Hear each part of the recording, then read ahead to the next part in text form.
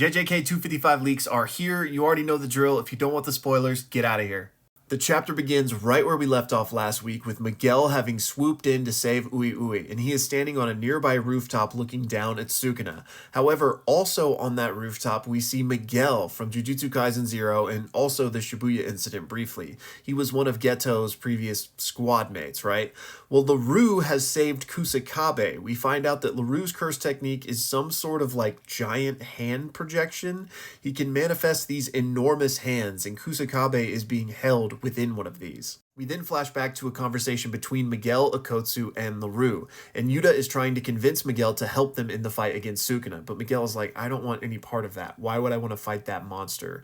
And Larue chimes in, also trying to convince Miguel, saying, hey, just help us. We can deliver the final blow to this guy after he's worn out from fighting Gojo. Now, there's a lot of dialogue here, so y'all bear with me, but Okotsu and Larue continue to try and convince Miguel, saying that fighting a weakened Sukuna would be better than the alternative of fighting a massive merger curse spirit. But Miguel's not having any of it. He says something to the effect of, why do you Japanese people think that a cheerful black man is just going to survive anything? He says, if you really wanted my help, you should have had Gojo come and ask me himself with his head bowed down. Larue and Miguel then have a private conversation, and Miguel says he did everything before because he wanted to follow in Geto's footsteps, and then everything he did after that, such as training Yuta, was just because he owed Gojo one for sparing his life. So he doesn't want to risk his life and do anything for Japan anymore because he doesn't owe anyone anything. Larue responds that he and Miguel should fight together with everything they have in order to honor Geto and give him peace. You can read the full dialogue here, but that's the gist of it. So Larue ends his impassioned speech to Miguel with, we fight with everything we have and tell Geto to take care in heaven. And Miguel responds, first of all, he definitely went to hell. At this point, Miguel reluctantly agrees, but under a few conditions. He will only fight Sukuna after Gojo and Yuta have lost, and only if Sukuna doesn't have his domain expansion. On top of that, he wants Larue to fight Sukuna with him. We then cut back to the present time where Larue and Miguel are looking down at Sukuna, and they note that he doesn't have his domain, his RCT is down, and his heart is injured.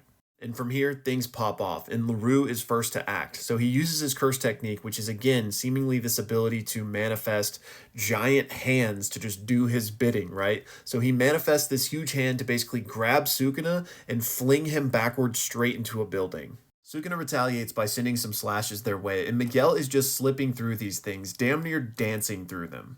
Meanwhile, in the background of this panel, Larue is being drugged by one of his massive manifested hands, I believe helping him kind of dodge out of the way. And the narrator tells us that this curse technique is called heart catch. And basically how it works is he can direct the hand to, grab something, and the hand can be destroyed and it can just be recreated. But if it is destroyed, 1/10 of the damage gets redirected back to Larue.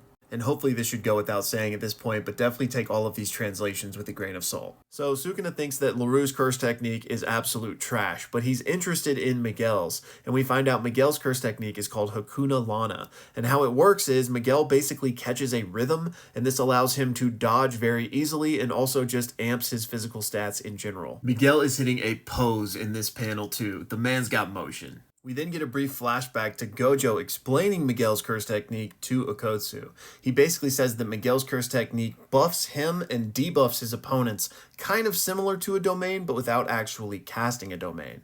Gojo says it's pretty useful, but it's not that powerful overall. Gojo then goes on to say that it's Miguel's physical capabilities that are what make him a true threat, because 99% of sorcerers are Japanese, and they use cursed energy to strengthen their physical capabilities. But Miguel has a rare skeletal structure and insanely dense muscles, so compared to a Japanese sorcerer, he's just insanely strong. Miguel, who is present in this flashback, then pushes back against what Gojo is saying that Gojo is just being discriminatory, saying that Miguel is strong because he's black. But Miguel says not all black people are athletic, and Miguel is not special because he's black, he's special because he's him. And Gojo awkwardly apologizes, and Miguel's like, it's fine. We then cut back to the fight, and Miguel lands a heavy punch in Sukuna's abdomen, and at the exact same time, Choso hits Sukuna in the back with a piercing blood supernova. And oh yeah, it's Jump Kaisen time, because Yuji also comes in from the top rope with a double-handed blow straight on Sukuna. The narrator then explains that Sukuna does have to do a hand sign to perform the world cutting slash, but if you'll recall, at the end of the Gojo fight, after that hollow purple, one of Sukuna's hands was gone. So in order to do the world cutting slash against Gojo, Sukuna did a binding vow to bypass the hand sign requirement. We finally get confirmation of this. The narrator goes on to say that what Sukuna gave up for this binding vow, and again, translations are rough, so bear with me here, but now that Sukuna is in his true Heian era form, in order to perform the world cutting slash, he must perform the incantation, do the hand signs, and additionally set the direction of the world cutting slash with his hands as well. After the narrator finishes this explanation, Sukuna turns to face down Yuji. But at that moment, Maki slices off another one of his hands. We then cut to Yuji, who's charging towards Sukuna, and his internal monologue is that now with Sukuna down 2 hands, he won't be able to perform the world cutting slash, and his RCT is still down, so this is their chance to win the fight. However, right then, Sukuna slams Larue with a black flash, his second of this fight now. And the narrator goes out of his way to remind us that after Gojo's second black flash, he regained his reverse curse technique output. And that's where the chapter ends. And the chapter actually ends kind of more ominous even than that. So like I said, after the second black flash, Gojo got RCT back. So the last line of this chapter is, what did Sukuna just get back? Is it RCT? Is it his domain? Is he about to bust out the fire arrow? What's happening here? And to top it off, the editor's comment for this chapter is the black light shines sinisterly. Okay. But man, what a chapter. Jump Kaisen has truly reached a new pinnacle. We are in the midst of a 5v1.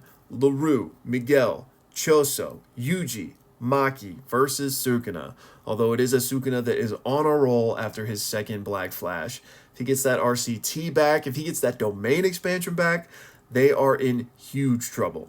Also, real quick, Gojo has to come back now, if for no other reason than to beat the racist allegations. Come on, bro, what were you talking about this chapter? Also, it is finally nice to get confirmation that Sukuna did indeed use a binding vow to get that world cutting slash off on Gojo.